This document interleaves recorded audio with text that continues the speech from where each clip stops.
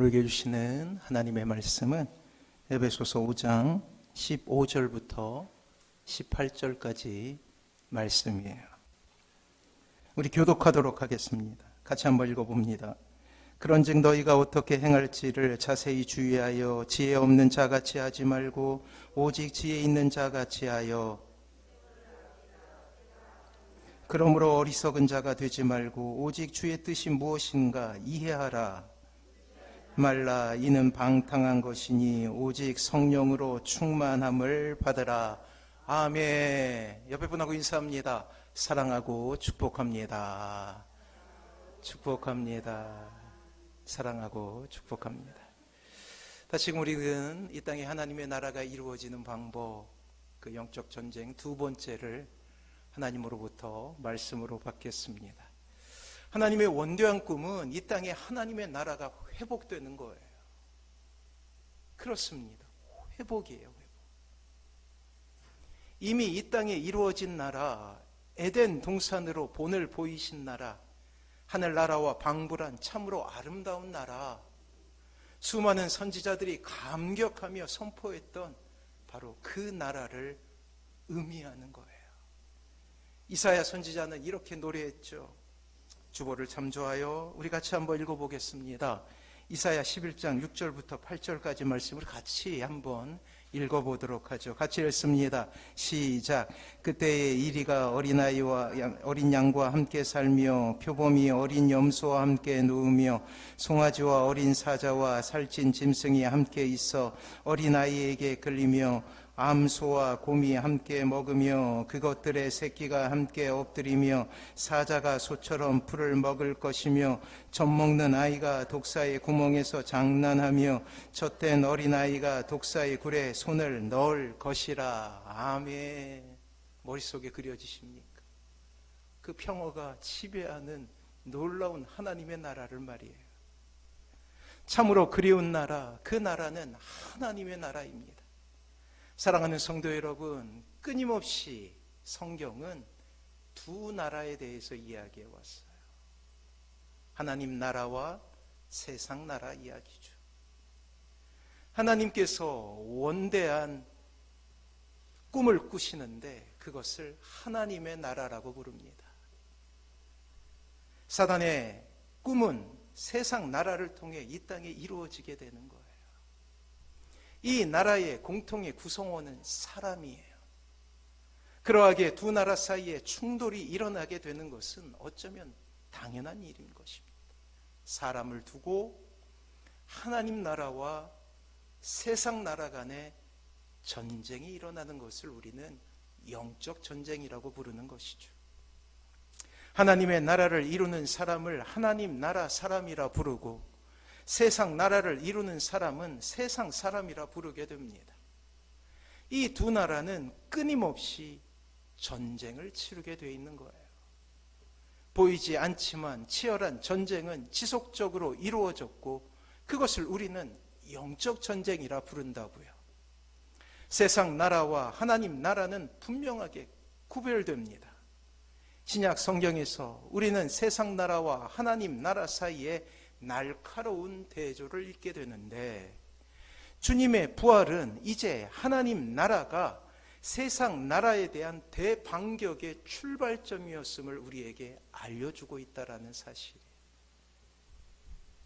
세상 나라의 주관자인 사단은 끊임없이 하나님 나라와 그리스도의 통치가 실현되지 못하도록 방해하고 있어요. 따라서 영적 전쟁은 신자 개인의 전쟁이기도 하지만 더욱 중요한 것은 신자 개인의 전쟁은 하나님 나라와 세상 나라 사이에 싸움이 된다는 것입니다. 그곳에 이렇게 영적 전쟁이 일어나게 되는데 그곳을 우리는 전선이라 불러요. 예전에는 이 휴전선을 38선이라고 불렀죠. 위도 경도입니까? 예. 38도 선에 있는 그것을 이제 38선이라고 불렀는데 지금 휴전선이라고 부르죠. 그렇듯이 전선이 형성된다는 거예요. 전선은 전쟁에서 직접 전투가 벌어지는 지역이나 그런 지역을 가상적으로 연결한 선을 의미하죠. 영적 전쟁도 마찬가지 의미를 가지고 있습니다. 우리 눈에 보이지 않는 가상의 선이 있다라는 거예요. 여러분들의 가정이 영적 전쟁의 전선이 되는 거예요. 우리가 사랑하는 이 교회 공동체가 전선이 되는 것입니다. 이 나주치역, 이 빛가람동이 전선이 될 수 있다라는 거예요. 누군가 그것을 지배하느냐에 따라서 하나님의 나라가 될 수도 있고 세상 나라가 될 수도 있다라는 거예요. 특별히 신자는 그 가상의 전선에서 하나님의 나라를 위해 싸우는 병사가 되는 것이죠. 단순히 이 땅에서 구원을 얻고 고통을 면하고 복을 얻으려고 몸부림치는 것이 아니라는 것이, 복 너머에 진짜 하나님께서 원하시는 하나님의 꿈과 목적이 있다라는 거예요. 그것을 우리는 하나님의 나라라고 부르죠. 다시 한번 말씀드리면 영적 전쟁은 악한 영의 공격 가운데서 자신의 안위를 지키는 차원이 아니라는 사실이에요. 이 관점은 매우 중요한데, 수비하는 입장이 아니라 이 땅의 신자는 하나님의 말씀과 성령의 능력을 가지고 이미 사단의 나라가 된 이 세상 나라에서 하나님의 나라를 탈환하는 사람이라는 거예요. 그 전쟁을 통해 우리는 하나님의 나라가 이 땅에 확장되기도 하고 또한 후퇴하기도 함을 우리는 깨달아야 된다는 사실입니다. 그래요, 이 땅의 신자는 하나님께서 모집하신 군대입니다. 군사입니다. 우리를 군사로 모집하신 하나님의 명예를 위해 우리는 싸워야 한다는 사실이. 또한 언젠가 말씀드렸듯이 이러한 영적 전쟁의 승패는 단순히 전선에서 싸우는 병사에게만 중요한 것이 아니에요. 고대의 전쟁이 그러했듯이 이기는 편에서는 그 땅의 모든 것을 전리품으로 얻게 된다는 사실입니다.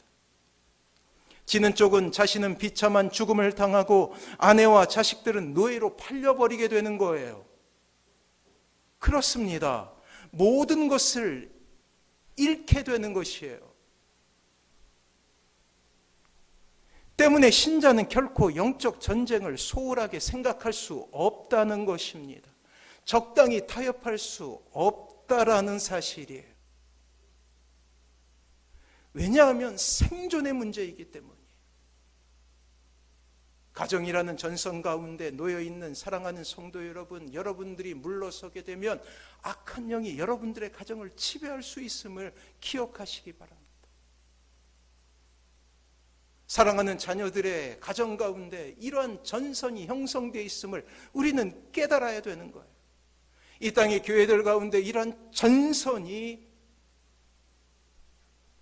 형성되어 있음을 우리는 깨달아야 되는 거예요.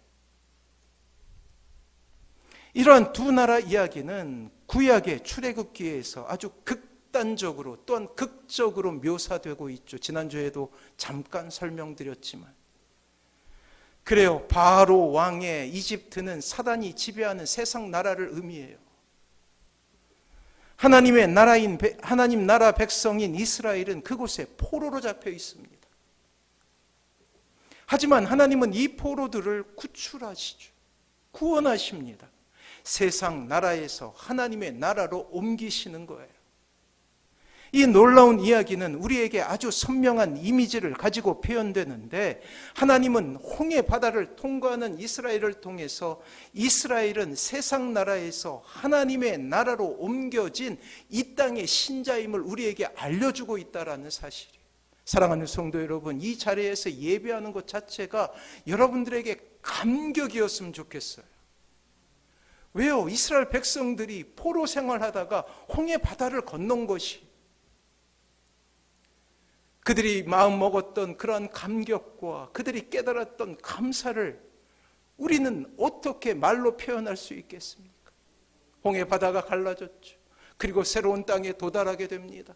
홍해 바다가 덮쳐서 자신들을 쫓고 있었던 바로 왕의 군사들이 수몰당하게 되는 모습을 보면서 이스라엘 백성들의 마음이 어땠느냐 말이에요.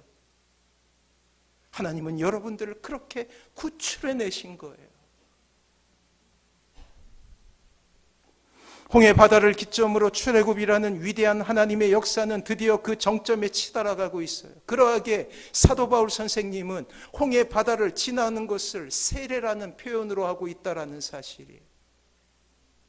홍해 바다를 통과하면서 이스라엘 백성들이 하나님의 백성이 되었듯이 이 땅의 신자는 세례라는 과정을 통하여서, 성령 세례라는 과정을 통하여서 하나님의 나라의 사람이 된다라는 사실입니다.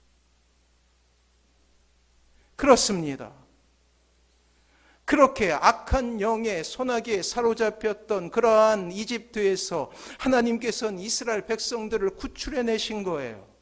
바로의 완악함은 10개의 재앙에도 불구하고 다시금 하나님에 대한 거역의 속내를 드러내고 있습니다. 이스라엘 백성에 대한 병적인 집착은 다시금 이스라엘 백성들을 애굽으로 잡아들이려는 시도를 멈추지 않아요. 사랑하는 성도 여러분, 그러하게 가족들을 구원하는 일이 이 땅에서 가장 어려운 과업이 되는 것이에요. 끊임없이 바로와 같이 사로잡아 가려고 최선의 노력을 다하고 있다는 것입니다. 한 가지 재앙이 끝나고 두 가지 재앙이 끝나도 놓지 않는 거예요. 10가지 재앙이 끝난 뒤에야 드디어 마지못해서 이스라엘 백성들을 놓아주는 바로의 모습은 여전히 이 땅의 악한 영이 이 땅의 사람들을 붙잡고 놓아주지 않으려는 그 완악함을 우리에게 말씀하고 있다는 사실이에요. 이제 10가지 재앙이 지나갔습니다. 그리고 그 10가지 재앙은 이미 우리가 출애굽을 이야기하면서 설교하면서 말씀을 드렸듯이 그 땅을 지배하고 있었던 10가지의 신을 의미해요. 이집트는 다 신을 섬기고 있었거든요. 이집트를 지배하고 있었던 신들에 대한 심판이었다라는 것입니다. 바로의 입장에서는 참혹한 시간이었죠. 무참히 자신의 모든 것이 무너지는 것을 보게 되었어요. 마지막 재앙은 장자의 죽음 아닙니까? 그 당시 바로 즉 파라오는 태양신의 아들이라고 불렸어요. 태양신은 라라는 신이었어요. 그 아들이 죽었다는 것은 이방의 신, 이 태양신 라에 대한 심판이었던 것이에요. 그리고 드디어 무릎을 꿇게 되는 것입니다. 하지만 그럼에도 불구하고 바로의 완악함은 이스라엘 백성에 대한 집착을 버리지 않죠. 바로는 이스라엘 백성이 가나안 땅으로 갈 수 있는 가장 단거리를 포기하고 홍해 바다로 돌아가고 있음을 보게 됩니다. 그리고 그는 그것을 하나님의 계획이라 생각하지 못하고 이스라엘 백성이 낯선 땅에서 길을 잃고 광야와 홍해 바다의 습지에 갇혔다라고 오판을 하게 만들어요. 그러자 그 오판 가운데 다시금 군대를 일으키게 되죠. 그 당시에 전차라고 불릴 수 있는 마차를 가지고 열심히 쫓아가게 되는 거예요. 이 바로를 섬기고 있었던 최정예 병사들을 동원하게 됩니다. 그러나 우리가 잘 알듯이 그 모든 정예 부대는 홍해 바다의 거센 물길 가운데 수장되고 말아요. 사랑하는 성도 여러분, 이 파라오는 인간을 사로잡고 있는 악한 영의 대표라고 할 수가 있어요. 스스로 태양신 라의 아들이라고 불렀죠. 사탄입니다. 하나님은 애굽이라는 땅을 하나님 나라와 반대되는 개념으로 사용하고 계시죠. 악한 영의 세계로 원래 하나님의 소유된 백성들을 사로잡고 있는 세속 나라를 의미하고 있다는 거예요. 이 안에서 하나님의 백성들은 노예라는 상황 속에 놓여져 있죠. 절망과 고통 가운데 절망했습니다. 악한 영의 지배 아래 참 진리가 무엇인지 알지 못하고 무지함으로 가득 차 영원하지 못한 곳에 자신의 인생을 걸며 살아왔던 인생 아닙니까? 나중에 출애굽 후에 광야를 방황하다가 그들에게 음식이 떨어지게 되었어요. 그러자 그들이 불평하기 시작해요. 어떤 불평을 하냐면 고기도 못 먹고 부추도 못 먹고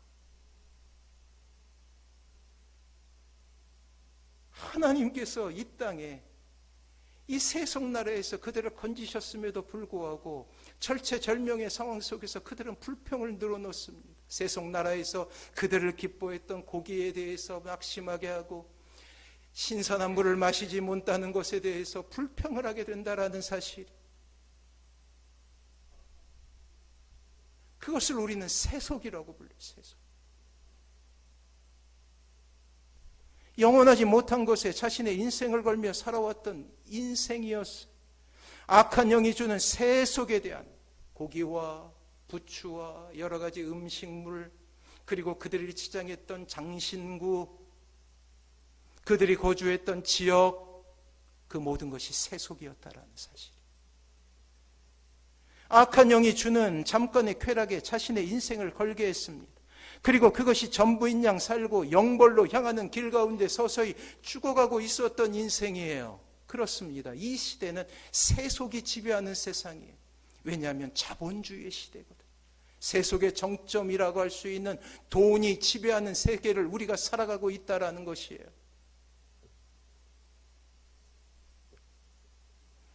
마치 바로는 모든 악의 기원처럼 이스라엘 백성들을 통제하고 그들에게 고통 가운데 빠지게 했습니다.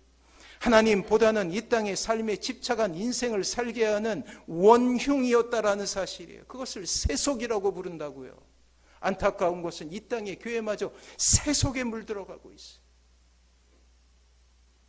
끝까지 하나님의 백성을 노려하지 않는 그의 모든 시도는 악한 영의 모습과 다르지 않다라는 사실이죠.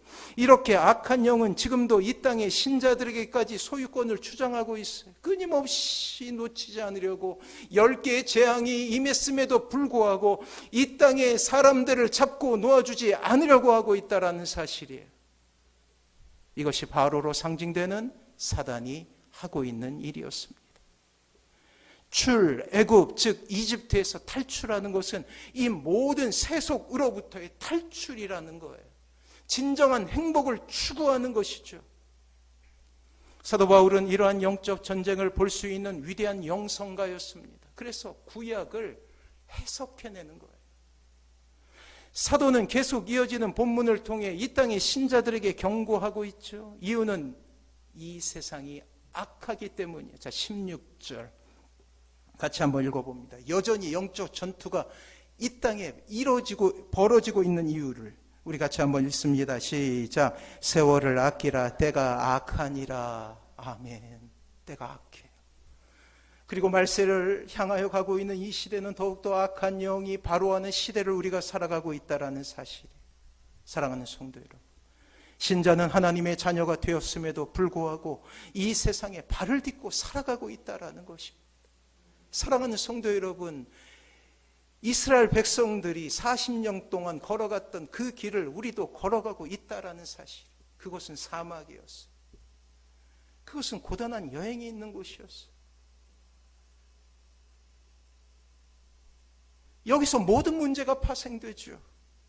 만약 하나님께서 배역한 이들을 부르시는 순간에 하늘나라로 데려가신다면 신자에겐 이 세상에서 당하게 되는 여러 가지 고난과 시험은 더 이상 신자를 괴롭힐 수 없어요. 가장 좋은 시나리오 아닙니까? 우리가 구원받았는데 하나님께서 우리를 부르시는 거예요. 저는 가끔 주님 빨리 오세요. 주님 빨리 오세요 라고 고백할 때가 있어요.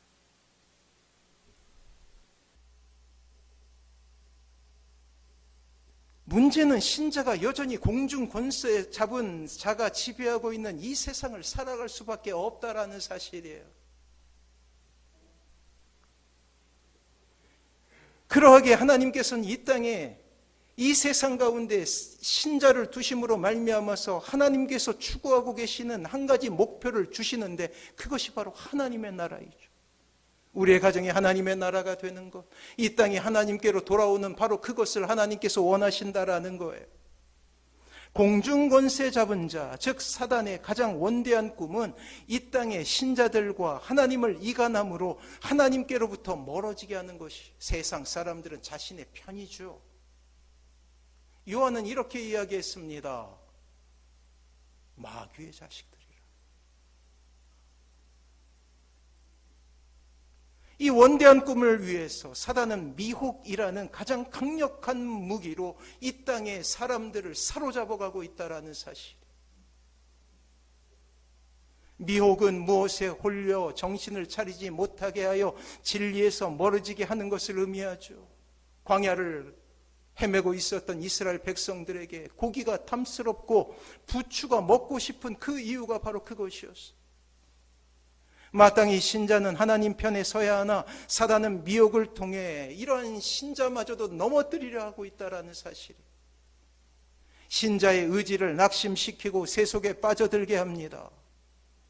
세상의 유익에 관심을 갖게 하고 진리가 아닌 것을 진리라 여기게 하며 세상의 행복의 기준을 붙잡게 하여 결국 하나님에 대한 관심을 사라지게 한다는 사실이에요. 때로는 낙심을 주고 때로는 고난을 주기도 하고 또 반대로 때로는 이 땅에 부유함을 얻게 하여서 하나님을 떠나게 하기도 해요. 높은 자리에 거하게 함으로 하나님을 떠나게도 하게 한단 말입니다. 이러한 미혹은 불신자에게는 하나님에 대해서 반감을 갖게 하고 신자에게는 하나님에 대한 무관심을 갖게 한다는 사실이에요.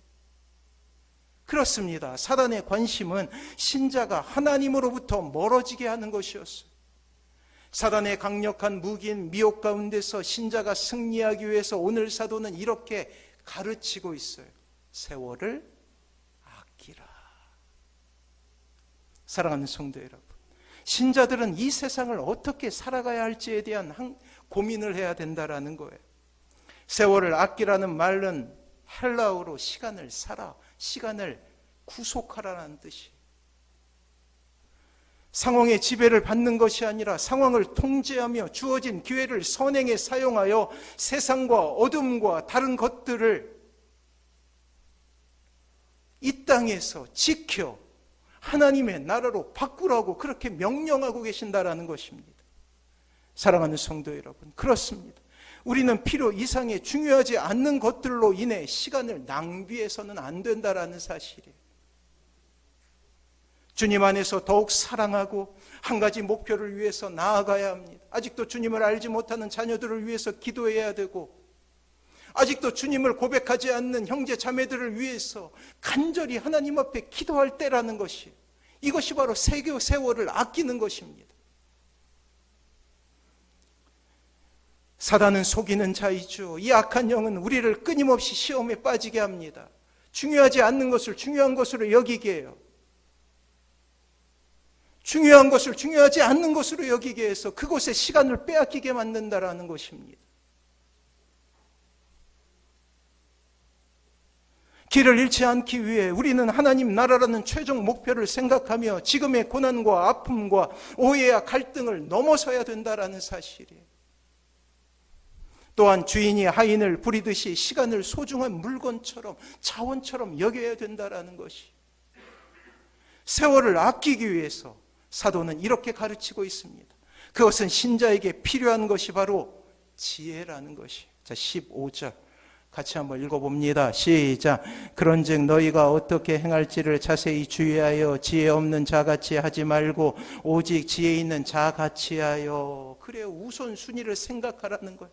무엇이 중요한지, 어떤 것이 중요한지 먼저 그것을 행하라 이야기하고 있다라는 것입니다. 그렇습니다. 하나님의 은혜보다 앞서는 것이 있다면 그것은 사탄의 계략이라는 사실이에요. 미혹에 대한 하나님의 답은 지혜입니다. 이 시대 얼마나 많은 사람들이 하나님 대신 세상을, 하나님을 아는 것 대신 세상의 허탄한 것으로 채우고 있습니까?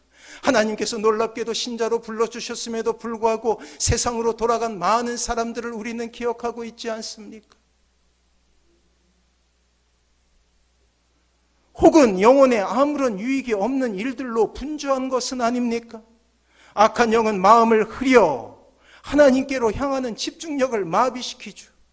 이 땅의 필요에 집중하게 만듭니다. 고기를 원하고 부추를 원하고, 때로 분주함으로, 때로는 이 세상에 대한 집착으로 신자들을 세상에 머물게 하는 것이죠. 그러하기에 사도는 세월을 아끼라라고 표현하고 있어요. 사랑하는 성도 여러분, 세월을 아끼는 가장 적극적인 방법은 경건에 힘쓰는 거예요. 하나님을 아는 지식을 위해 자신의 삶을 투자하는 것입니다. 이렇게 하나님을 아는 지식을 채우기 위해 노력하는 신자에게 하나님은 신자가 이 시대를 살아가는 가장 강력한 무기 하나를 주시게 되는데, 그것이 바로 분별이에요. 하나님의 뜻인지 악한 영의 뜻인지 분별할 수 있도록 만들어 주신다라는 거예요. 이 훈련을 위해서 무려 출애굽했던 이스라엘 백성들은 40년을 사막에서 훈련받게 되었음을 우리는 기억해야 된다라는 사실이에요. 참과 거짓에 대해 망설임 없이 하나님의 뜻을 선택하는 능력을 분별이라 부르죠. 이 분별을 통해 신자는 하나님께서 우리에게 주신 세월을 아낄 수 있는 거예요. 교회 나가야 되나 말아야 되나 걱정하지 않습니다. 선택하는 거예요. 시간을 끌지 않고. 그리고 이 분별의 능력은 신자에겐 선순환으로 작용하게 되는데, 하나님을 알게 되고 아는 것만큼 사랑하게 되고 사랑하는 것만큼 살아갈 수 있게 된다는 거예요. 그렇습니다. 자신의 인생을 자유를 빙자하여 방치하지 않고 스스로 거룩한 구속의 자리를 잡게 되어야 한다는 사실이에요. 세상이 자신의 유익을 위해 집중할 때 신자는 하나님의 나라와 하나님의 영광이라는 가장 아름답고도 숭고한 목표를 향해 나아가게 되고, 그 숭고한 목표 가운데서 자신이 가장 행복한 존재임을 깨닫게 되는 사람이라는 거예요. 이러한 대조적인 삶을 비교하기 위해서 사도는 한 가지 대비를 통해 강조하게 되죠. 자, 18절이에요. 같이 한번 읽어봅니다. 시작.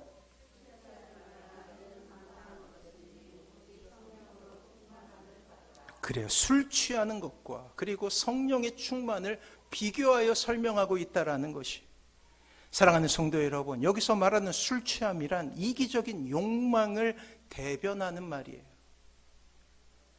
자기애를 외부로 표출하는 말입니다. 술 자체에 어떤 악이 있지는 않지만 술 취함, 이 술 취함은 분명 방탕으로 이어질 수밖에 없다라는 사실이에요. 결국 술은 사람을 지배하게 되죠. 이런 말이 있더라고요. 사람이 먼저는 술을 먹게 된다고. 그러다가 술이 술을 먹게 된다고요. 그러다가 술이 사람을 먹어버린다고요.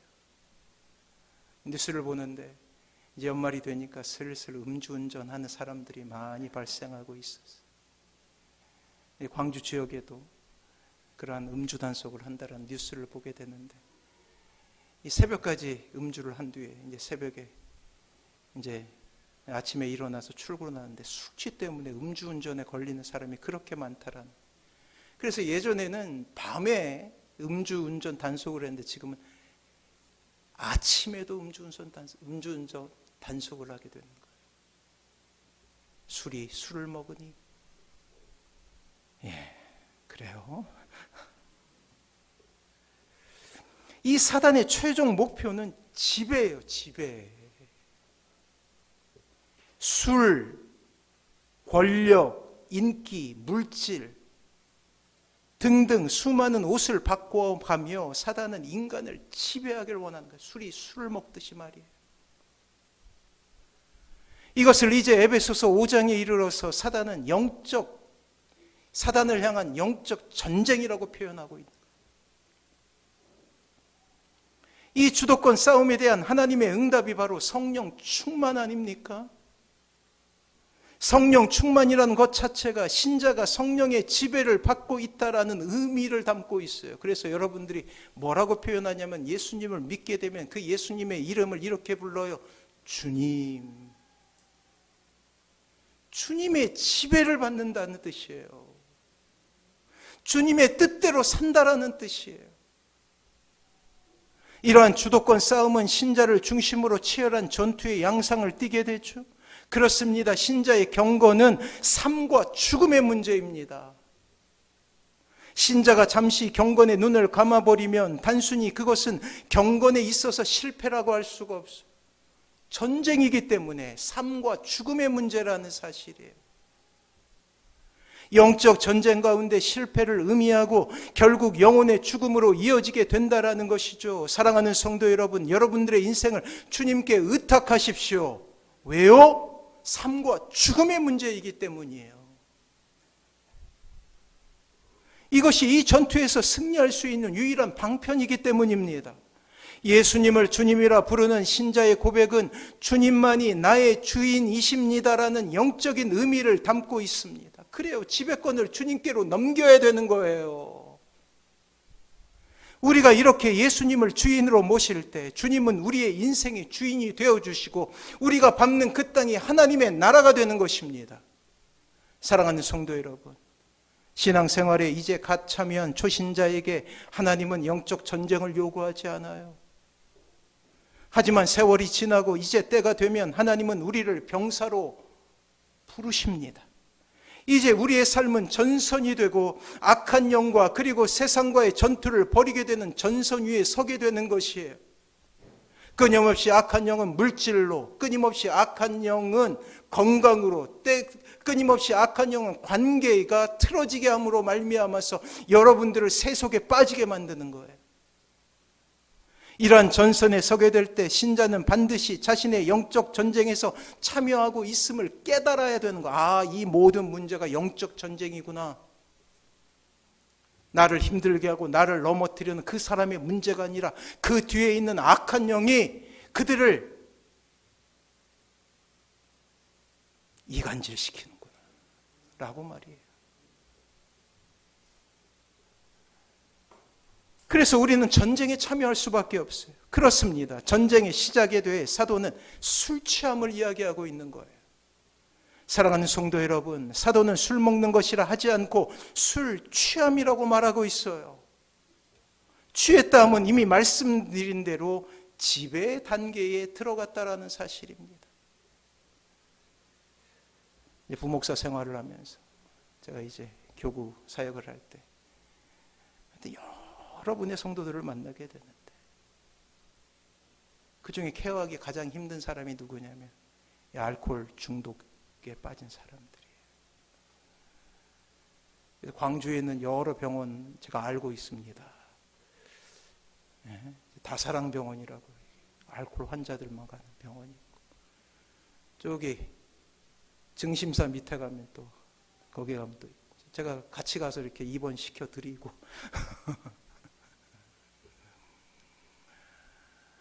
술 취하지 않으면 멀쩡해요.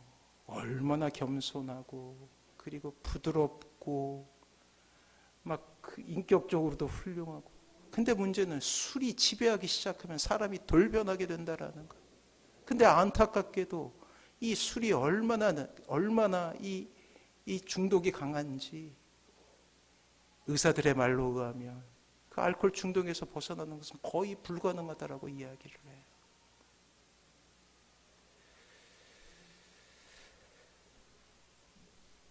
술의 문제는 영적인 문제인 동시에 실제적인 삶의 문제로 여길 수 있어야 하는 지혜를 우리에게 가르치고 있다는 것입니다. 술을 먹고 이제 술 취함의 단계에 들어가게 되면 그때부터 영적 전쟁이 시작되는 거예요. 술을 먹게 되면 이제 영적 전쟁에서 지게 되는 것이죠. 경건하고 지혜로운 신자는 술 취함을 당하지 않기 위해 반드시 거쳐야 하는 것이 술을 먹지 않도록 자신을 지켜내는 것입니다. 제가 존경하는 모 대통령은 술을 그렇게 좋아하셨는데 대통령이 되고 나서 술을 입에 대지 않았다고 해요. 왜요? 자신의 위치가 너무나 중요하기 때문에. 자신이 취해 있을 때 북한에서 침공을 하거나 어떠한 큰 사건이 있을 때 바른 판단을 못할까 봐 그렇게 좋아하는 술을 입에 대지 않았다라는 거예요. 고 노무현 대통령인데. 사랑하는 성도 여러분, 악한 영에게 보이는 작은 빌미는 큰 대가를 치르게 하는 이유가 됨을 기억하십시오. 때문에 초신자가 아니라면 실제 술 먹는 것에 대해서도 간단히 생각해서는 안 됩니다. 영적 전쟁의 실패는 그 간단한 생각에서 출발하기 때문이에요. 사도는 갈라디아 5장에서 조금 더 적극적으로 교훈하고 있어요. 주신 말씀 우리 같이 한번 읽어보도록 하겠습니다. 갈라디아서 5장 21절이에요. 주보에 있죠. 시작. 투기와 술 취함과 방탕함과 또 그와 같은 것들이라. 전에 너희에게 경계한 것 같이 경계하노니 이런 일을 하는 자들은 하나님의 나라를 위협으로 받지 못할 것이요. 성경은 이렇게 이야기하고 있어요. 뭐라고 그래요? 술 먹는 것이 아니라 술 취하는 것. 방탕이죠. 또 이렇게 이야기합니다. 그와 같은 것들, 술 취하는 것뿐만 아니라 여러 가지 이 땅의 신자를 미혹하게 되는 여러 가지 악한 영의 도구들이 있음을 우리에게 이야기하고 있다는 거예요. 관계에도 중독이 있습니다. 부모 자식 간의 관계 속에서도 중독이 있어요. 너무 자녀에게 집착하는 것, 과도하게 요구하는 것.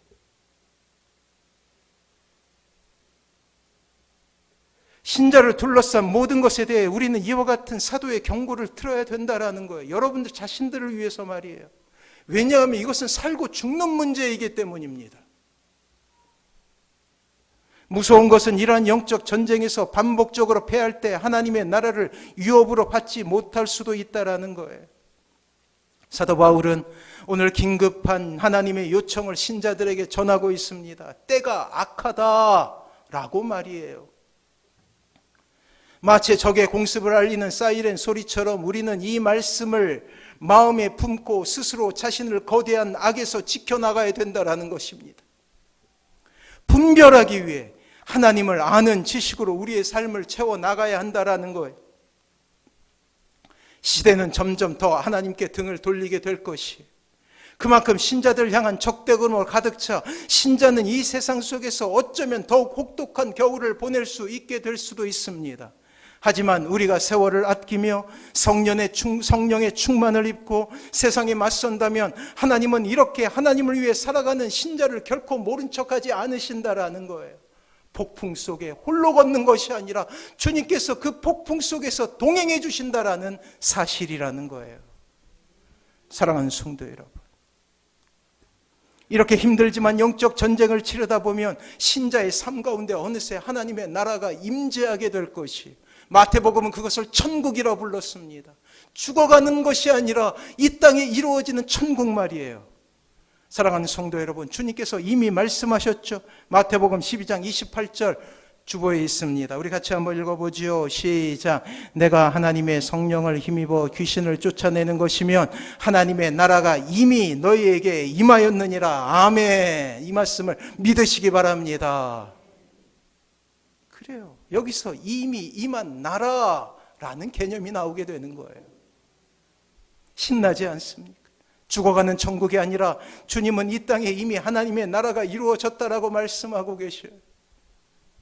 또한 이 나라는 아직도 완전히 종식되지 않은 세상 나라 속에 침투한 하나님의 통치라고 할 수 있습니다. 그래서 지금 우리는 이미 임한 하나님 나라와 아직 완전히 성취되지 않는 하나님 나라 사이에 있다라는 사실이에요.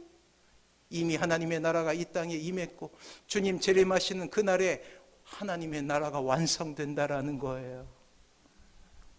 성경은 예수 그리스도께서 부활하신 후 제자들 앞에 나타나셔서 40일 동안, 무려 40일 동안 하나님 나라의 일을 가르치셨다라고 말씀하고 있어요. 그만큼 하나님의 나라는 중요하다라는 사실이에요. 신자는 하나님의 나라의 백성으로 이미 임한 이 땅을 살아가고 있고 또한 아직 이루어지지 않는 그 하나님의 나라를 고대하며 살아가는 존재라는 것이, 이 하나님의 나라는 우리에게 사명이 되고 꿈이 되는 것입니다. 이미와 아직이라는 시간 속에 신자가 살아가는 방법은 영적 전쟁이에요. 피할 수 없어요. 그러나 힘들죠. 전투를 치르고 사는 인생은 참으로 고단한 인생 아닙니까? 하지만 이렇게 세상 속에서 몸부림치며 영적 전쟁을 치르는 우리에게 하나님께서는 위로하신다라. 폭풍 속을 홀로 걷는 것이 아니라는 것이. 사랑하는 성도 여러분, 끊임없이 우리의 신앙은 시험을 받게 됩니다. 혹 지금 이 시간이 시험을 받는 그 시간일 수도 있어요. 이러한 시대에 영적으로 깨어 있어야 해요. 왜요? 삶과 죽음의 문제이니까. 오늘 아침 우리는 다시금 기도해야 합니다. 그렇습니다. 이미 말씀드렸던 대로 이 전쟁은 결단이라는 것으로 싸우는 거예요. 결단하십시오.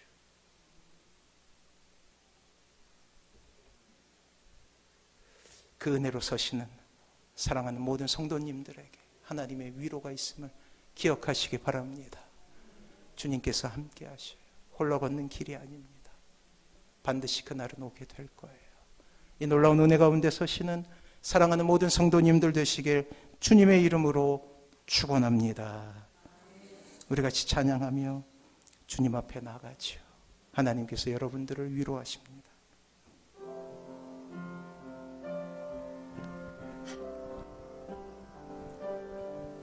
그대 폭풍 속을 걷고 있을 때